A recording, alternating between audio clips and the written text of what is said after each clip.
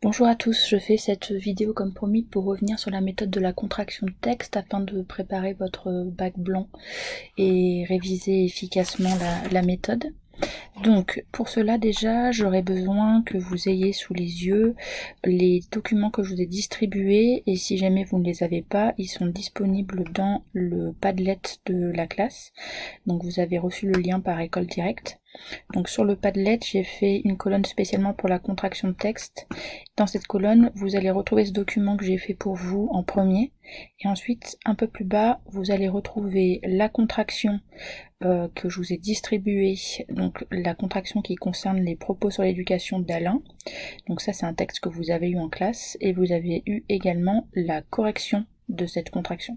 Ça serait pratique que vous ayez ces deux documents pour démarrer, comme ça on peut se repérer ensemble.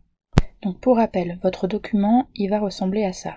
Donc là c'est le texte que vous aviez d'Alain de propos sur l'éducation. Donc vous allez avoir d'une manière, dans un format qui ressemblera à ça, un texte argumentatif qui portera sur la bonne éducation, je vous le rappelle. Et ce texte, dans un premier temps, vous allez devoir donc en préparer une contraction. Vous avez 2 heures pour le faire. Sur ces 2 heures, n'oubliez pas que vous avez des objectifs précis. Ces objectifs, moi si j'étais vous, je prendrais un surligneur et je repérerai la consigne. Une fois que j'ai repéré la consigne, j'irai marquer en surlignant puis le marquer sur mon brouillon, les attentes au niveau du nombre de mots. Donc ici, dans le texte d'Alain, vous avez un texte qui fait 740 mots et on vous demande de le résumer. Donc ça, vous le marquez sur votre brouillon. Vous devez en faire une contraction qui ira entre 166 mots et 204 mots au maximum. Donc le but c'est 185, mais il n'y aura pas de meilleure note si vous faites 185 et par rapport à 170 mots, d'accord? Vous visez les 185 et vous avez cette marge de tolérance. Il n'y a aucun problème pour faire un texte qui fait 204 mots. Au-dessus, ça posera problème, et en dessous, 266, ça posera problème. Donc déjà, au niveau de la consigne, vous surlignez ça. 185 mots, 166 mots au minimum, 204 au maximum. Donc sur votre brouillon, vous allez vous marquer une case, nombre de mots, et vous allez vous marquer ça. Je vous mets une photo du brouillon que vous pourriez faire. Donc sur votre brouillon, là je vous ai fait un exemple numérique, mais vous le marquez sur votre brouillon à vous. Vous pouvez vous marquer une case en marquant minimum combien j'ai de mots, maximum combien j'ai de mots. Une fois que ce sera fait, vous pourrez cocher. Ensuite, l'autre chose que vous pourriez marquer, c'est le fait, c'est marqué dans votre consigne, je vous le rappelle. Donc ici, vous pouvez lire, vous placez un repère dans votre travail tous les 50 mots. Donc ça, vous le marquez, repère 50 mots. Et une fois que c'est fait, vous pourrez, donc il y en aura plusieurs repères. Donc tous les 50 mots, vous ferez un repère. Ensuite, vous pouvez bien vérifier, donc indiquer à la fin de votre contraction le nombre total de mots utilisés. Ça fait partie de la consigne. Donc on se marque sur son brouillon. Mettre nombre total de mots à la fin du devoir. Ça vous fait une trame des choses que vous devez respecter.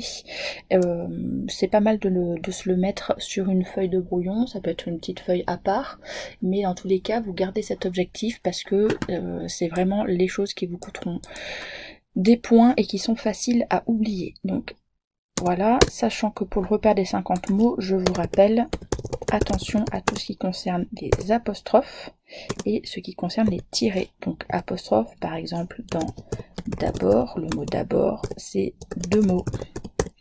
Et le mot, ça on l'avait déjà dit, mais le mot c'est-à-dire, hop, donc celui-ci, tiré, c'est-à-dire, vous faites attention, ici on a un premier mot, un deuxième mot, un troisième mot, un quatrième mot. Donc 4 mots.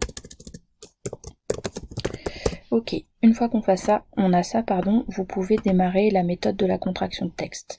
Donc je vous le rappelle, elle est présente ici. Donc moi je vais vous la montrer. Là ce sera plus simple. Donc vous avez 4 étapes. Ces 4 étapes, vous ne pouvez pas en louper une seule. Selon moi, la plus dangereuse à éviter ou à oublier, c'est l'étape du premier brouillon. D'accord? Il faut absolument que vous ayez un premier brouillon avec un texte qui est déjà en grande partie contracté avant de passer au brouillon final que vous allez recopier au propre. Si vous faites étape préparatoire, brouillon, recopier au propre, il y a fort à parier que vous allez soit oublier de respecter le fait de changer tous les mots du texte, soit vous allez ne pas respecter le mouvement du texte. D'accord? Donc, on commence par l'étape préparatoire. L'étape préparatoire, vous avez ici les indications. Donc en premier, vous allez repérer les indices. Les indices, vous en avez d'abord dans le paratexte. Petit rappel sur ce qu'est un paratexte. À l'intérieur de ce document,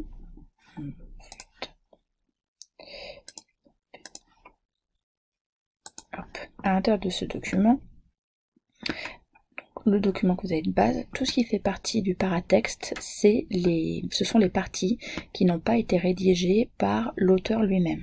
Donc vous avez toute cette partie-là, vous avez tous les mots de vocabulaire, vous avez cette indication, les mots de vocabulaire ici, voilà, et la source bien sûr qui est présente là. Donc dans cet exemple, par rapport à ce texte d'Alain, quels sont les indices qu'on pouvait prendre?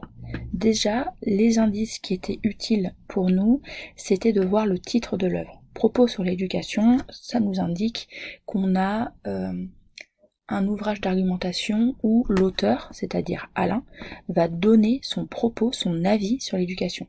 Ça c'est important parce que quand vous allez lire le texte, vous allez mieux le comprendre. La base de la contraction d'un texte, ce n'est pas de réussir à faire le bon nombre de mots, c'est de réussir à comprendre les idées de l'auteur pour pouvoir les contracter. D'accord? Donc on commence par comprendre le texte, c'est vraiment primordial. Ici, savoir que c'est Alain, même si vous ne le connaissez pas, qui donne son avis sur l'éducation, c'est important, et savoir que c'est 1932. Donc 1932, on n'est pas dans une éducation qui est très proche de la nôtre, et on va sûrement avoir une vision de la bonne éducation qui est peut-être différente de celle que l'on défend aujourd'hui, ou alors qui va être, je sais pas, une idée de l'éducation qui représente bien les évolutions, etc. de l'époque. Donc ça, c'est un premier but. Si vous avez un paragraphe, là c'est pas le cas, mais si vous avez un paragraphe introductif en italique souvent, où on vous dise que ce qui a été défendu avant, etc. Vous n'hésitez pas à le lire et à le surligner pour avoir un maximum d'informations. Je rappelle que ce sujet, ce papier que vous allez avoir entre les mains, c'est le vôtre. Vous devez le garder parce qu'on en a besoin pour la correction, mais vous devez surtout l'exploiter un maximum. Il est à vous, et le fait de surligner, c'est tout à fait normal et accepté.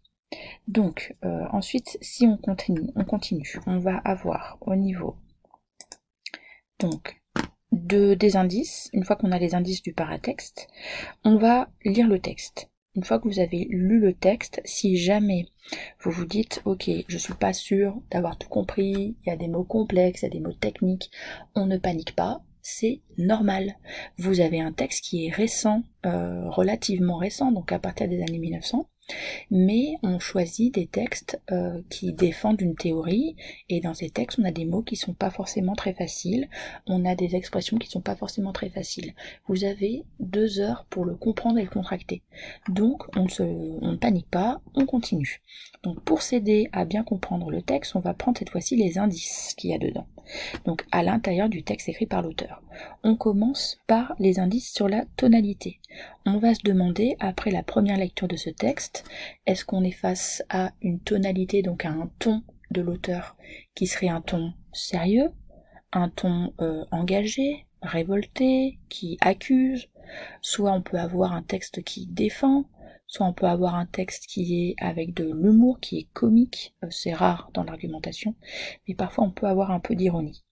On peut aussi avoir plusieurs tonalités, ça c'est pas impossible, une partie comique et une grande partie plus sérieuse. Essayez de repérer la tonalité principale parce que vous, dans votre contraction, vous allez devoir préserver cette tonalité. Contracter un texte, ce n'est pas l'appauvrir, c'est vraiment transmettre la même chose que ce texte, y compris au niveau de la tonalité. Après, par rapport à l'énonciation, on va se demander, est-ce qu'on a un exemple de texte où on a quelqu'un qui donne son avis directement en utilisant le premier pronom personnel, donc je, ou est-ce que c'est quelqu'un qui va défendre des idées sans utiliser le je.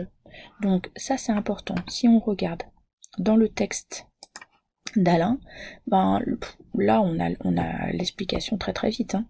Je ne crois pas trop à ces leçons amusantes qui sont comme la suite des jeux. Bon, ben là, c'est très clair. Alain donne son avis. En l'occurrence, ici, il nous dit directement ce en quoi il ne croit pas. Donc, il n'y a aucune question à se poser. Au niveau de l'énonciation, hop, vous allez sur votre brouillon et vous allez vous marquer.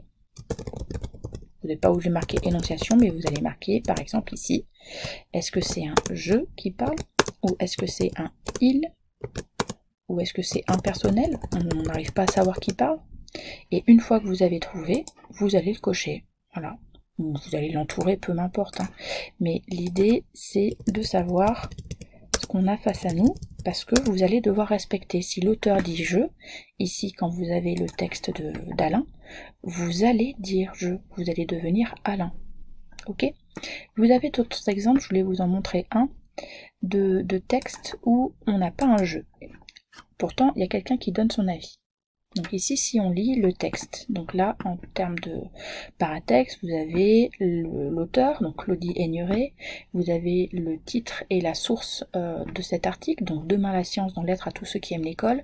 Ici, le titre, on peut dire qu'il est très très important, tous ceux qui aiment l'école, on est dans une thèse défendue qui est importante, et c'est un texte assez récent de 2003. Quand on lit ce premier paragraphe, je vous laisse faire pause et le lire. Essayez de voir si on est face à une énonciation qui est avec un je, avec un il, ou qui est une énonciation personnelle. Alors, ici, on a une présence vraiment extrêmement discrète du je, puisque on a le nous, notre vie quotidienne. Donc ça veut dire la vie de l'auteur et notre vie à nous. Donc le texte, il est globalement impersonnel, mais on voit, parce qu'il n'y a pas de je, il n'y a pas de il, il y a du on, etc. Mais le nôtre nous dit quand même que c'est Claudie Aigneret qui donne son avis et qui le transmet. Donc on est face à un texte, il faut susciter l'envie, etc., où vous allez devoir essayer de rester dans l'idée que vous transmettez les opinions de Claudie Aigneret, et elle n'utilise pas le je. Donc vous n'utiliserez pas le je. Vous ferez attention à garder l'énonciation, alors que quand on est face au texte d'Alain, là c'est sûr que moi si je lis dans votre texte que vous avez enlevé le je, ben c'est pas une contraction de texte réussie. Ensuite, une fois qu'on a repéré, donc hop, une fois qu'on a repéré l'énonciation et la tonalité, on va repérer le thème. Donc le thème, c'est tout simplement se demander quelle est l'idée générale de ce texte par rapport à l'éducation. Donc est-ce que on nous parle de technologie, est-ce qu'on nous parle d'instruction, est-ce qu'on nous parle de la morale, bref, il y a énormément de possibilités. Donc dans le texte d'Alain, c'était assez clair. Le texte d'Alain, il défend quoi? Il défend le fait que, on l'a vu ensemble, on l'a étudié en classe, je vous rappelle, il est contre le fait d'utiliser les jeux pour apprendre de manière plus sympathique. Voilà. En gros, il défend l'idée que avoir un effort, faire des efforts pour apprendre, ça permet d'atteindre un plus haut niveau de plaisir dans l'apprentissage et aussi d'avoir des connaissances qui sont plus estimables. Donc une fois qu'on a fait ça, on revient sur notre étape, on se dit ok, maintenant je relis le texte et je vais pouvoir mieux le comprendre parce que je sais qui parle, parce que je sais quelle est la tonalité, parce que je sais quel est le thème qui est défendu et quelle est la thèse, donc l'idée défendue par l'auteur. Donc je lis le texte et j'essaie de le comprendre un maximum. Cette partie-là, elle doit vous prendre le temps nécessaire, j'insiste. Il faut vraiment se dire que on essaye de comprendre un maximum les idées de l'auteur. C'est capital. Je vous rappelle qu'une contraction de texte, ce n'est pas juste apprendre à découper un texte, c'est apprendre à prendre les idées de ce texte et les contracter, les rassembler avec le moins de mots possible. Si vous n'avez pas compris le texte, ça va être difficile. Voilà, je continue sur une prochaine vidéo par rapport à la suite avec les brouillons et la fin de préparation de la contraction.